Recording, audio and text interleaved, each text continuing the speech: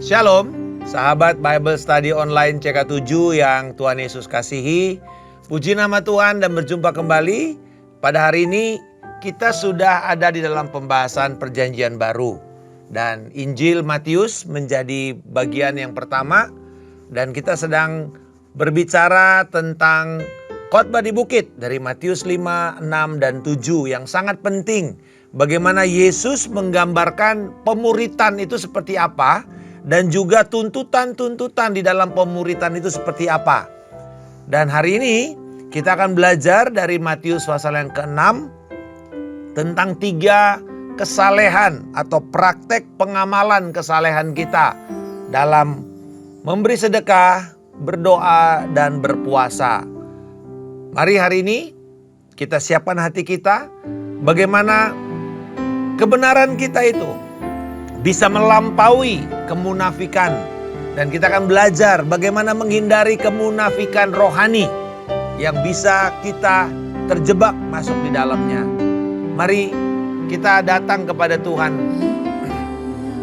memuliakan Dia. Kita mengamalkan kebenaran yang Dia sudah berikan kepada kita. Kami bersyukur Bapa di dalam nama Tuhan Yesus Kristus. Terima kasih untuk kasih setiamu. Terima kasih Tuhan untuk kebaikanmu. Terima kasih Engkau menjadikan kami murid-murid Kristus. Dan biarlah kami juga mengamalkan setiap kebenaran ini sebagai murid-Mu. Dan menjadikan banyak bangsa juga murid-murid Kristus untuk kemuliaan-Mu. Di dalam nama Tuhan Yesus Kristus. Haleluya. Terima kasih Tuhan. Terima kasih Tuhan Yesus. Haleluya. Puja nama-Mu Tuhan.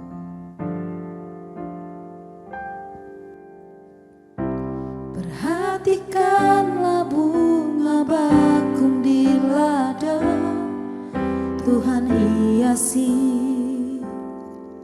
tanpa bekerja. Apalagi kita orang percaya, Tuhan pelihara,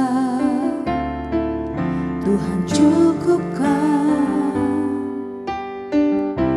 Perhatikan burung-burung di udara, Tuhan beri makan tanpa bekerja.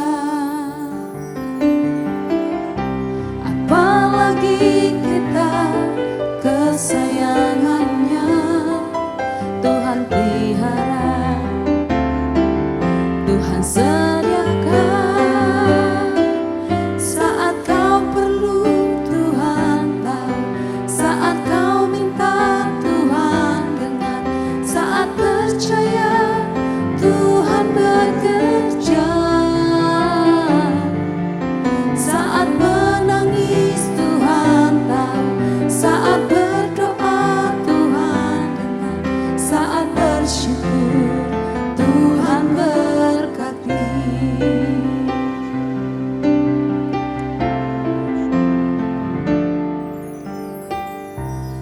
Perhatikanlah bunga bakung di ladang, Tuhan hiasi tanpa bekerja. Apalagi kita orang percaya, Tuhan pelihara, Tuhan cukupkan. Perhatikan burung-burung di udara, Tuhan beri makan tanpa bekerja. Apalagi kita kesayangannya, Tuhan pelihara, Tuhan sediakan. Saat kau perlu Tuhan tahu, saat kau minta Tuhan dengar, saat percaya Tuhan bekerja, saat menangis Tuhan tahu, saat berdoa Tuhan dengar,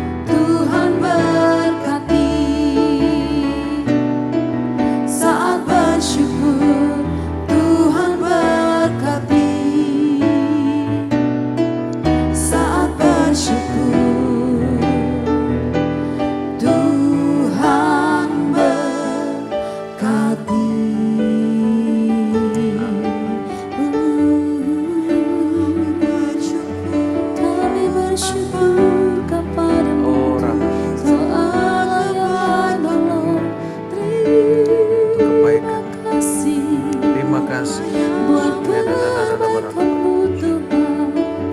Kami bersyukur kepadamu, kami bersyukur hanya kepadamu Tuhan. Oh ya Rabba ya Syarabba ya Rabba. Bersyukur Bapa. How great is our God. Sing with me, how great is our God. And all will see how great is our God.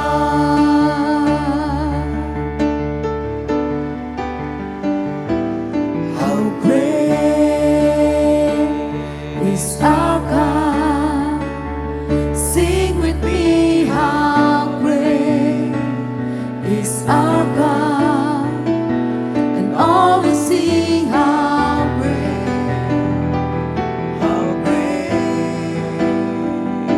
is our God.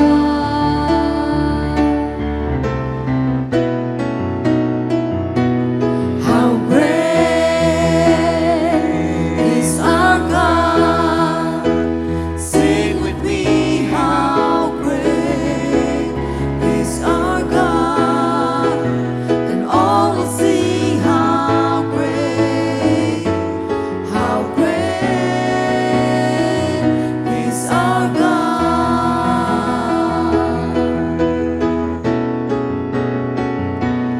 How great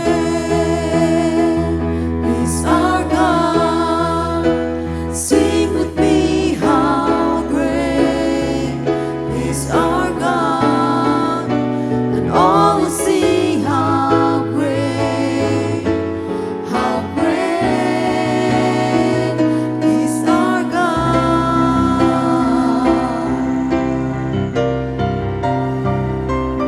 How great is our God. Sing with me, how great is our God. And all will see how great, and all will see how great, and all will see how great is our God. Haleluya. Oh, besarlah Engkau Tuhan dan layak dipuji oleh umat yang telah Engkau tebus. Kami bersyukur pada hari ini untuk firman kemerdekaan yang kami terima Tuhan. Di dalam kebenaran Kristus yang telah menyelamatkan kami. Mari Roh Kudus, cerahkanlah pikiran dan hati kami. Mengenal firman-Mu, melakukannya. Dan kami akan hidup untuk memuliakan Tuhan selamanya. Dalam nama Yesus. Amin. Sahabat sekalian, Matius 6 ini terbagi sebenarnya dua bagian besar. Yang pertama itu adalah mengamalkan kesalehan. Bagaimana kita mengamalkan kesalehan atau practicing righteousness, melakukan kebenaran kita. Di sini ada bicara mengenai memberi sedekah, berdoa, berpuasa. Lalu kita berbicara mengenai mindset kita tentang hidup ini untuk siapa? Apakah hidup kita untuk yang duniawi, living for money, hidup hanya untuk uang, untuk kekayaan yang sesaat, atau living for God, eternal God, living untuk hidup kepada Allah dan memuliakan Allah yang kekal. Nah, nanti di situ akan kelihatan bagaimana kita kemudian bersikap setiap hari. Kalau kita hidup di dalam uang, maka kita akan hidup di dalam kekhawatiran. Tetapi kalau kita hidup untuk Allah, kita akan hidup di dalam iman dan kepercayaan. Jadi sederhana, karena Matius ini berbicara tentang Yesus Kristus Tuhan. Yesus Kristus Raja. Ya, Israel sebagai sebuah umat, dan karena Matius menulis kepada jemaat atau kepada orang-orang Ibrani, orang-orang Yahudi. Siapa Yesus itu? di mata Allah dan untuk orang Yahudi. Dan karena Matius adalah dia latar belakangnya ini seorang pemungut cukai, maka dia juga ngerti bagaimana memahami sikap-sikap yang salah dalam orang-orang Yahudi. Nah, di dalam Matius pasal yang kelima, saudara-saudara, Yesus menggambarkan sebuah tuntutan moral tentang pemuritan. Khotbah di bukit itu kan 5, 6, 7. Nah, pasal 5 itu bahwa murid-murid itu harus memelihara ketetapan dan hidup dengan cara yang benar. Matius 5 itu adalah cara yang benar, ketetapan yang benar, praktek-praktek hidup yang benar. Di dalam Matius pasal yang ke-6 menggambarkan tuntutan keagamaan. Jadi kalau yang ini tadi hidup sehari-hari kan, bagaimana misalnya kita mengampuni tentang hidupnya suci, kalau kita disakiti orang, kalau kita diperdayakan orang, bagaimana caranya? Bagaimana kita jadi terang, jadi garam. Tetapi di dalam pasal 6 dia bandingkan ini dengan kewajiban agama terutama kepada orang Farisi. Karena orang Farisi itu sangat-sangat kuat. Bahkan Yesus mengatakan kalau hidup keagamaanmu, hidup kesalehanmu tidak seperti orang Farisi ini, kamu tidak bisa masuk dalam kerajaan sorga. Dia bicara mengenai standar. Dia bicara mengenai disiplin. Dia bicara mengenai bagaimana orang Farisi itu punya disiplin keagamaan yang tinggi terhadap syariah mereka. Tetapi persoalannya adalah sikapnya salah. Mereka melakukan kewajiban itu bukan dari hati mereka, tetapi dari apa yang orang lain ingin lihat. Jadi 3 bagian pertama ini sebenarnya adalah tentang apa?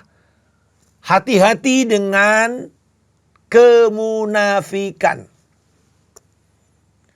Bagi orang Yahudi ada 3 amalan kesalehan, yaitu sedekah, sadek. Ingat waktu Cornelius berdoa, apa jawaban Tuhan kepada Cornelius? Kesalehanmu, sedekahmu didengar Tuhan dan Tuhan menjawab doamu. Jadi orang Yahudi itu pertama, untuk kamu bisa mengamalkan kesalehanmu diperlihatkan juga dengan uangmu. Bagaimana kamu bersedekah? Sedek itu bersedekah. Di situ bicara kebenaran. Jadi nggak bisa orang melakukan saya orang rohani tapi dia pelit. Nggak bisa, nggak mungkin. Itu tidak mungkin di dalam prinsip baik perjanjian lama maupun perjanjian baru. Kemurahan hati itu bagian dari kerohanian kita. 1, memberi sedekah. 2, berdoa. Yang ketiga adalah bagi orang Yahudi berpuasa. Bahkan ini ada satu buku yaitu Tobit yang di dalam 200 tahun sebelum Masehi yang menjadi buku, kalau kita sekarang bilang ini bagian dari Deuterokanonika. Ini dikatakan bahwa doa adalah baik ketika itu disertai dengan puasa dan dengan sedekah serta tindakan amalan kebenaran atau kesalehan. Jadi Yesus tidak melarang, tetapi dia ingin mengingatkan kepada mereka ayat 1. Jadi inti daripada pasal yang ke-6 ini dimulai dari ayat 1. Ingatlah, jangan kamu mengamalkan kesalehanmu di depan umum supaya dilihat orang. Karena jika melakukan dengan demikian, kamu tidak memperoleh upah dari Bapamu yang di sorga. Itu peringatannya. Jangan kamu amalkan kesalehanmu itu supaya dilihat orang. Karena kalau sudah begitu kamu sudah tidak dapat berkatnya lagi dari Bapa. Lalu dia mulai mengatakan, apabila kamu memberi sedekah. Lalu dikatakan ayat 5, apabila kamu berdoa. Lalu kemudian di dalam ayatnya yang ke-16, apabila kamu berpuasa. Jadi 3 hal tadi. Karena itu dikatakan jangan kamu berupaya untuk dilihat orang. Pak, boleh nggak kita Pak berdoa di depan umum? Dalam doa fajar, ya boleh lah. Atau di depan dalam menara doa, atau dalam jemaat, atau di dalam mercy seat kita berdoa, diminta secara korporat. Ya nggak apa-apa. Tapi pertanyaannya, Kalau kamu berdoa supaya orang kagum sama kamu, nah itu salah. Atau, Pak, salah nggak saya memberi sedekah atau persembahan atau memberi bantuan kepada orang yang miskin? Ya nggak salah. Kalau memang dia sedang memerlukan. Tetapi kalau kita gembar-gemborkan persembahan kita, donasi kita, nah itu salah. Tetapi Pak, gimana kalau misalnya nama saya ada ditayangkan? Ya nggak apa-apa juga, itu kan bagian dari pertanggungjawaban. Ada gereja yang memakai nomor, ada gereja yang memakai nama, ada gereja yang memakai kode dalam memberikan pertanggungjawaban secara publik. Nggak ada masalah. Yang menjadi masalah adalah supaya dilihat orang dan dipuji. Waduh, persembahan kamu banyak ya. Wah, kamu generous ya. Nah, itu salah. Lalu kemudian bagaimana kalau saya puasa? Sama juga. Karena saudara-saudara bukan cuma itu. Kalau kita sekarang misalnya, kita menjadi orang yang ramah. Untuk apa kita jadi orang yang ramah? Orang yang ramah itu adalah orang yang peduli kepada orang yang sedang berkebutuhan. Misalnya, oh dia lagi gak punya tumpangan rumah. Ayo nginep di rumah saya. Tapi kalau misalnya orang itu untuk dia memperlihatkan, wih saya ini orang ramah loh, lihat tuh banyak orang yang saya undang ke rumah saya ajak makan. Wah berarti saudara cuma dikenal sebagai tuan rumah yang ramah, yang sering bikin pesta, dan kemudian orang puji saudara karena itu. Di situ yang Yesus tidak mau kita mendapatkan kegagalannya. Jadi saudara-saudara, kita kira-kira begini outline-nya ya. Tuhan mau kita, baik itu memberi, baik itu berdoa, baik itu kita berpuasa, lakukanlah itu pertama untuk Tuhan. Orang munafik itu apa Bapak Ibu? Dikatakan di sini janganlah seperti orang munafik. Jangan seperti orang munafik. 3 kali.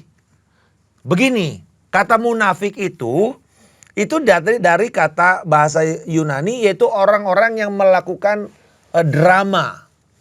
Ya, drama. Jadi orang munafik itu kalau saudara perhatikan lambang drama atau teater, itu ada 2 topengnya. Satu topeng yang senyum, satu topeng yang orangnya mukanya marah. Nah, biasanya seorang yang namanya monolog, dia berdialog begitu kayak wayang ya, kayak dalang gitu. Dia yang senyum, dia kalau ketika ngomongnya senyum, dia pakai topeng ini. Nanti kemudian dia pakai topeng ini. Jadi artinya yang namanya orang hipokrit adalah dalam bahasa Yunani itu artinya orang yang 2 muka. Jadi apa artinya? Orang-orang Farisi ini kalau beribadah itu suka mempertontonkan ibadah mereka. Makanya mereka kalau doa itu cari-cari orang dulu. Mana nih ya orang di tempat rame. Oh di tikungan jalan nih. Lalu dia mulai berdoa di situ tuh. Lalu orang kagum. Wah ini lagi ada ibadah di sinagog nih. Dia datang. Nah dia kasih persembahannya bunyi. Ting gitu. Atau banyak. Guru. Poinnya banyak. Orang, wah hebat. Orang puji dia. Atau ketika berpuasa, mukanya dibikin muram, aut-autan, rambutnya segala macam. Kamu lagi puasa ya? Wah kamu hebat. Kalau kira-kira sekarang kita taruh di dalam sosial media lah. Ya, kita taruh dalam status kita lagi mukanya puasa gitu. Wih kamu puasa, lalu dapat like. Atau kita sedang memberi, lalu digembar-gemborkan persembahan kita, donasi kita, orang like. Atau dalam doa. Yang lebih parah lagi saudara, dan saya tidak sarankan ini. Saudara bikin live IG di ibadah penyembahan. Sangat-sangat tidak menghormati hadirat Allah. Biarkan itu dilakukan oleh orang multimedia. Jangan saudara. Itu memperlihatkan saudara sedang menyembah Tuhan. Lalu orang lihat, wah hebat ya kamu penyembahannya khusyuk. Saudara-saudara, apa outline-nya ini? Yesus mengajarkan ayat yang kedua, ayat 5 dan 16, yaitu dikatakan pada waktu kamu atau apabila kamu berdoa, berpuasa, memberi sedekah, jangan seperti orang munafik. Yang kedua, yaitu ayat 2, ayat 5, ayat 16, sama juga. Tujuan orang munafik supaya dilihat orang. Lalu kemudian ayat 2 ayat 5 16. Upahnya apa? Mereka sudah dapat upahnya dari orang itu. Orang memuji mereka. Lalu Yesus mengatakan, kalau kamu berdoa, berpuasa, memberi, lakukanlah itu di tempat yang rahasia. Artinya, bukan berarti kita nggak bisa melakukan di tempat umum, tetapi artinya adalah sikap hati kita. Sikap hati kita adalah saya melakukan ini karena anugerah Allah yang sudah saya terima. Saya merespon anugerah Allah ini di dalam doa saya, di dalam puasa saya, membangun disiplin rohani saya, di dalam saya memberi kepada Tuhan. Dan kemudian Tuhan akan menghormati kita dengan cara memberkati dan memberikan kepada kita upah. Jadi saudara-saudara, karena kita nggak punya waktu yang cukup dalam untuk membahas ini, kan bisa kita bedah satu persatu perikop ini. Tetapi kita akan melihat ini pada waktu kita punya sikap. Jadi yang saya mau tekankan di dalam pembahasan kali ini adalah sikap. Karena kita harus menyelesaikan satu pasal ini. Lalu kemudian bagian kedua adalah tentang Allah atau mamon. Saudara-saudara, bicara mengenai harta di surga, ini bicara mengenai siapa yang kamu mau kumpulkan. Apa yang kamu akan kumpulkan? Harta di dunia atau harta di surga. Jadi ada dua jenis harta. Harta di bumi dan harta di surga. Perhatikan saudara, di sini dikatakan jangan mengumpulkan harta bagimu di bumi, di mana gengat karat merusaknya, pencuri membongkarnya. Bukan berarti kita nggak boleh punya financial planning, menabung, atau mungkin saudara menaruh asuransi, atau saudara memberikan investment di mana. Bukan itu yang Yesus mau larang, bukan. Tetapi saudara perhatikan di sini di mana saudara menaruh pengharapan saudara. Karena untuk yang pertama ini gampang sekali mendapatkan kehilangan, kerugian. Ada dua jenis kerugian yang Tuhan Yesus gambarkan di sini tentang harta duniawi. Betapa harta yang di bumi ini sangat tidak stabil. Itu kira-kira, ya. Apa itu? Apa loss yang pertama? Apa kerugian yang pertama dari harta ini? Yaitu dikatakan ngengat, karat, merusak. Ngengat karat itu kan, kalau saudara perhatikan ngengat itu yang baju kita tiba-tiba bisa bolong-bolong. Disimpan di lemari nih, padahal kadang kita nggak pakai, tiba-tiba terutama sutra ya. Karena sutra itu kan dari ulat. Nah itu kan bisa sangat rentan dengan ngengat. Satu kali saya punya baju sutra gitu, batik, yang saya nggak lama sudah nggak pakai, waktu saya keluarin, wah udah bolong-bolong. Atau ketika saya pegang rentas, langsung hancur semua kayak kertas. Nah itu ngengat. Dirusaknya diam-diam. Atau karat sekalian. Kalau karat misalnya istilahnya besi atau apa yang tiba-tiba karena oksidasi udara dia karat. Kan itu diam-diam. Gak ada tiba-tiba karat itu datang menyerang gitu, gak ada. Kerusakan yang terjadi karena sesuatu yang membuat kita gelisah ya, atau kita pelan-pelan ini semua hancur. Tetapi yang kedua yaitu kerusakan, kerugian yang dilakukan karena secara aktif. Dengan kata lain ini dikatakan pencuri, mencuri. Artinya ini sesuatu yang datangnya dari luar dan melakukan satu tindakan yang kejam, menghancurkan properti. Misalnya apa? Waktu terjadi penjarahan, kerusuhan, perang, atau mungkin ada orang yang mengambil tabungan kita, asuransi kita, ada yang melakukan kejahatan keraputi, melakukan pembobolan. Nah, seperti itu, atau banjir sekalian ya. Dan ini adalah keadaan yang menghancurkan ke dalam keuangan. Jadi ada kejahatan keuangan itu pelan-pelan diambil ya, tiba-tiba habis saja tabungan kita. Tapi yang kedua adalah dilakukan dengan perampokan, pencurian, perang. Jadi padahal kita diingatkan di dalam Amsal dalam Pengkhotbah pasal yang kelima ayat 15, dengan telanjang aku datang, dilahirkan dari ibuku, dan dengan telanjang pula aku akan kembali. Jadi artinya kita tahu bahwa nggak ada yang bisa kita bawa harta duniawi itu di dalam akhirat. Tidak bisa. Ini semuanya sifatnya fana, gampang hancur. Tetapi Tuhan mengatakan untuk kita memfokuskan kepada harta sorgawi. Harta ini tidak bisa dihancurkan oleh ngengat karat, dan ini bicara mengenai perjanjian baru yang Tuhan berikan kepada kita di dalam keselamatan kita. Rasul Petrus memberikan pemahaman ini di dalam suratnya bahwa harta yang kita miliki ini, pengharapan kita, pengharapan kekal, pengharapan sorgawi itu tidak bisa dihancurkan oleh ngengat karat, pencuri atau apapun juga.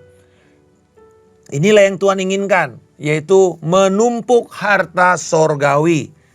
Bapak Ibu, kita memberikan satu balance di sini. Bukan berarti kita tidak peduli dengan kehidupan kita di dunia ini. Kita tidak peduli dengan masa depan anak kita. Kita nggak peduli bahwa apakah anak kita bisa sekolah. Tetapi saya mau ingatkan ini, jangan terlalu takut. Saya menemukan ada orang-orang muda, generasi Z ini, takut punya anak 2, punya anak 3. Kenapa? Mahal, Pak. Padahal keuangannya bagus. Punya anak mahal, Pak. Nanti kalau dia masuk sekolah lalu beruntut, Bapak Ibu tanya sama orang tua saudara yang anaknya beruntut. Ada aja itu bisa sekolah. Ada aja itu Tuhan bisa kasih persediaan. Apalagi kalau sekarang kita sudah punya pengetahuan tentang financial planning, akan jauh lebih baik. Tapi jangan karena kekhawatiran kita lalu kita takut untuk melakukan apa yang Tuhan suruh untuk kita beranak cucu dan bertambah banyak. Saya juga nggak bilang bahwa saudara tidak punya pengendalian diri lalu punya anak tiap tahun sampai akhirnya nggak punya persiapan. Bukan juga seperti itu. Jadi jangan kita masuk kepada titik-titik ekstrim atau kubu-kubu ekstrim. Tuhan mau kita punya perencanaan. Tuhan memberkati perencanaan kita. Tetapi Tuhan mau kita juga untuk membangun semangat, untuk perspektif kita adalah perspektif yang ilahi. Apa itu saudara-saudara yang namanya menumpuk harta di sorga? Kita menumpuk harta di sorga dengan memberikan investasi kepada pekerjaan Tuhan dan kepada umat Tuhan. Itu sebenarnya cara kita menumpuk harta. Misalnya kita memberi untuk pekerjaan misi, untuk diakonia, untuk perluasan Injil, untuk bagaimana misalnya kita mau merintis gereja baru, perlu operasional. Nah, kita memberi, kita menanam ke sana. Ini adalah investasi yang Tuhan akan hargai. Pak, bagaimana seandainya ada penyalahgunaan? Itu bukan urusan saudara, itu urusan Tuhan kepada mereka yang mengelola. Kita percaya dan biarkan Tuhan yang memberkati kita. Jadi kalau saudara mau memberi, lalu nanya-nanya dulu. Saudara enggak karena ketaatan. Saya mau mengatakan kepada saudara enggak usah memberi. Karena saudara sudah memberi dalam kondisi yang tidak beriman. Tidak beriman sama sekali. Jadi ketika kita secara keuangan misalnya menumpuk harta di sorga, artinya kita menggunakan keuangan kita untuk kepentingan kerajaan Allah. Kita menginvestasikan keuangan kita untuk pekerjaan Tuhan. Ada kata Yunani yang sekarang ini lagi keren. Filiantropis. Nah, ya. Filiantropis itu gambaran orang-orang yang kaya, lalu pensiun muda, pensiun dini, lalu kemudian dia bikin kekayaannya dalam bentuk foundation atau yayasan untuk cancer, untuk orang miskin, untuk bangun rumah, untuk apa gitu ya. Nah, misalnya Habitat for Humanity apa semua. Ini ada orang-orang filiantropis. Atau misalnya ya dia memberikan dana yang cukup banyak untuk mendanai satu riset kanker, riset penyakit tertentu. Saudara-saudara, apa yang dilakukan ini, apa arti kata filiantropis? Itu kan dari kata dua bahasa Yunani. Filio, anthropos. Orang yang mencintai sesamanya.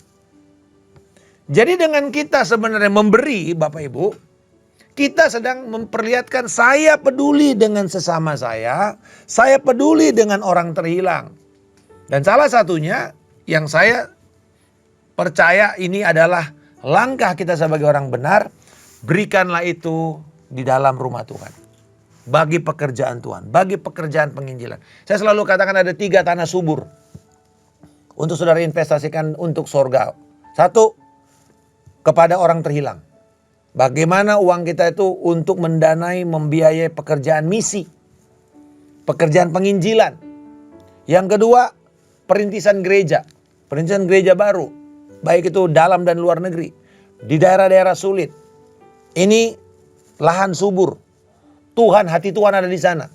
Kepada orang terhilang, kepada bangsa-bangsa yang belum mengenal Tuhan. Dan Bapak Ibu, membiayai pekerjaan Tuhan untuk misi itu tidak murah. Saya ingat ketika saya masih jadi gembala, untuk membiayai 1 orang misionaris kami di Tiongkok.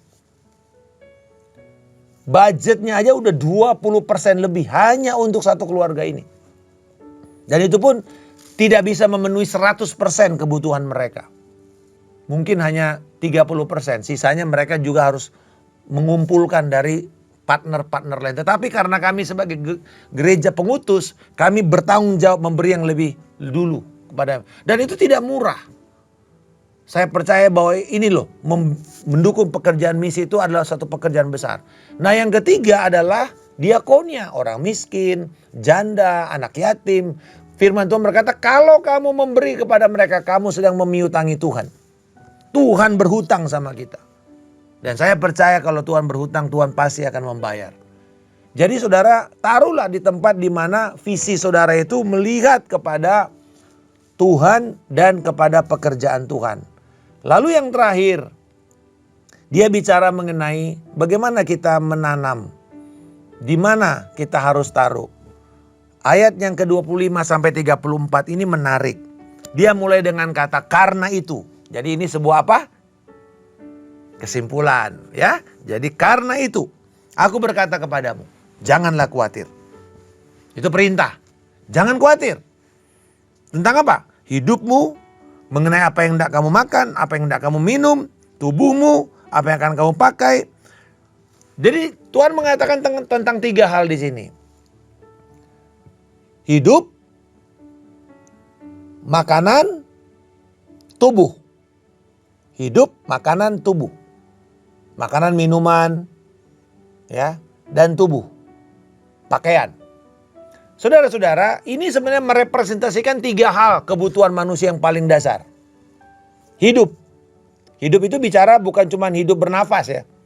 Kehidupan. Kadang-kadang kita bilang, kamu tuh kok kerjanya ngoyo ya, gak ada kehidupan nih kamu nih. Rutin aja begitu. Tapi dia sedang berbicara Zoe. Zoe itu adalah kehidupan ilahi. Kehidupan dengan Allah. Bukankah hidup itu lebih penting dikatakan?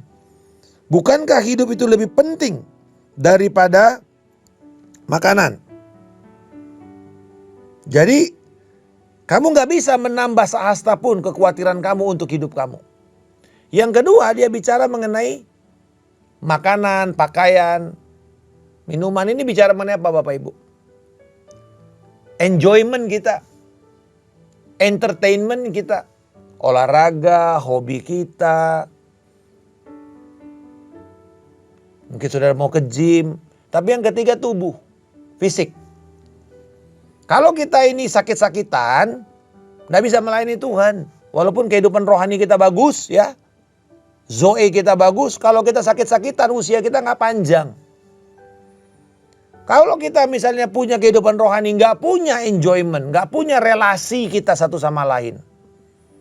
Untuk apa kita pergi makan-makan kuliner?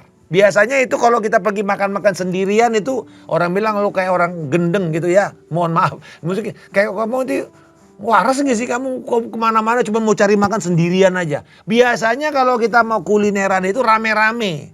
Sebenarnya apa yang kita cari? Apakah makanannya? Bukan. Yang kita cari itu adalah relasinya, hubungan kita, kebersamaan kita. Jadi manusia itu punya 3 kebutuhan. Kebutuhan rohani, kebutuhan relasional, kebutuhan jasmani, fisik, kesehatan. Dan Tuhan memberikan 3 hal ini dengan dibilang apa? Hidup itu dengan Tuhan. Relasi itu adalah dengan firman Tuhan mengatakan bahwa dia bicara mengenai Bunga bakung itu artinya kamu gak khawatir. Tuhan tuh memberikan keindahan jauh lebih baik. Tapi yang ketiga, tubuh. Bicara mengenai fisik kita. Dia katakan, carilah lebih dahulu kerajaan Allah. Kalau kamu fokus kepada Allah, maka Tuhan akan memberikan kepada kamu apa yang kamu butuhkan ini. Yang ini dicari manusia semua. Dicari dunia semua. Tentang uang, tentang kenikmatan hidup, tentang kesehatan. Tetapi Tuhan mau mengatakan cari Allah, kebenarannya, kekerajaannya, dan juga dikatakan untuk kamu sungguh-sungguh bisa mengenal Allah lebih baik lagi. Dan dikatakan dunia mencari ini semua. Kamu khawatir tentang hari esok. Bapak Ibu, ada satu dosa yang Tuhan ingatkan kita. Yaitu dosa kekhawatiran. Persoalannya dunia mengatakan khawatir itu hal yang normal. Bahwa kamu khawatir gitu loh sedikit. Artinya dia bilang gini, bahwa kamu mikir gitu loh tentang masa depan. Loh, kita boleh merencanakan masa depan bukan berarti kita harus khawatir. Apa itu kekhawatiran? Sebenarnya yang dipakai ini bahasa anxieties kalau dalam bahasa Inggris. Antara worry dan anxieties ada bedanya. Anxieties itu lebih kepada hormonal kita yang akan terganggu. Dan ini yang dibilang kalau anxieties itu cemas. Janganlah engkau cemas tentang apapun juga. Jangan cemas. Tapi nyatakan dalam segala hal, dalam permohonan, dalam doa dan ucapan syukur. Bapak Ibu, apakah berarti kalau kita gak khawatir kita gak kerja? Bukan. Dikatakan pandang burung-burung di udara. Saya ingat ini pada waktu saya kena COVID. Saya duduk dan kemudian di kamar saya itu terbuka sedikit ada bunyi burung pagi-pagi. Burung pagi-pagi saudara. Di tengah-tengah saya sedang ketakutan. Dia diserang oleh ketakutan, oleh sakit penyakit. Dia gak bisa keluar kemana-mana. Terus saya dengar burung, dia nyanyi-nyanyi saudara. Dia bilang, wah ini burung hebat juga nih. Gak kena COVID, sedang-sedang aja hidupnya. Sementara saya di sini. Tapi kemudian Roh Kudus mengingatkan saya ayat ini. Pandang itu burung-burung. Dan apa yang dilakukan oleh si burung ini? Si burung ini dia akan dapat makan kata Tuhan. Tetapi dia gak diem-diem. Dia gak di sarangnya diem nyanyi-nyanyi terus. Enggak. Dia pergi. Dia terbang. Ke tempat yang dia tahu dia ada makanan. Tetapi dia mesti move dulu saudara. Nah kita juga sama. Jangan cuma bilang diam di rumah yang penting doa lalu gak kerja. Bukan. Do something. Saudara berdoa, saudara mempersiapkan, saudara menyembah. Tapi saudara perlu melangkah dengan iman. Saudara perlu bertindak. Dan kemudian Tuhan memberkati pekerjaan saudara. Ingat, pada waktu si burung itu pergi, Tuhan sudah menyediakan kepada dia. Dia gak khawatir, makanya dia hidupnya penuh dengan kicauan. Kita juga jangan berkicau yang negatif saudara. Penuh dengan pujian. Tetapi pada waktu kita melangkah, kita tahu Tuhan sedang menyediakan kepada kita persediaan yang kekal itu. Kiranya ini akan memberikan kepada kita dorongan semangat untuk kita tetap percaya Yesus yang kita sembah adalah Tuhan yang setia. Tuhan Yesus memberkati. Tuhan kami mengucap syukur untuk kebenaran firman-Mu ini. Kiranya Engkau memberkati jemaat-Mu Tuhan. Tuhan yang memberkati Engkau dan Tuhan yang melindungi. Tuhan akan membuat wajahnya senantiasa bersinar atas Engkau. Memberikan Engkau kasih karunia yang melimpah. Tuhan menghadapkan wajahnya dan memberikan Engkau damai sejahtera yang melampaui segala akal dan pikiran. Kasih karunia dari Allah Bapa. Cinta kasih dari cinta Yesus Kristus. Persekutuan yang indah, erat dan manis dengan Roh Kudus. Menyertai Engkau dari hari ini. Sampai Tuhan Yesus Kristus datang menjemput kita daun kemuliaan. Membawa kita memerintah dalam kerajaan damai-Nya hingga kekal selamanya. Dalam nama Tuhan Yesus Kristus, kami telah berdoa dan mengucap syukur. Haleluya. Amin. Tuhan Yesus memberkati. Sampai bertemu esok hari. Shalom.